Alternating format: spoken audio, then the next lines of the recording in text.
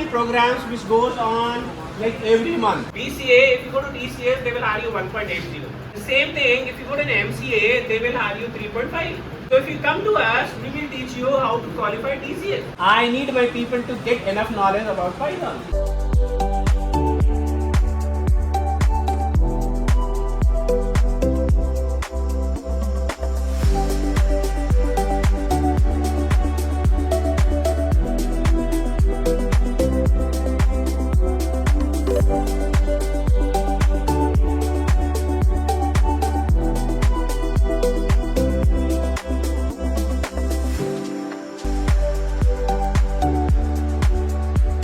This thing, whether you purchase a course for machine learning, you purchase a course for data science, if you want to really learn machine learning, data science, these are the prerequisites to the NumPy well. You will be able to completely understand NumPy and machine learning's NumPy part as well. So make sure you have understood this part.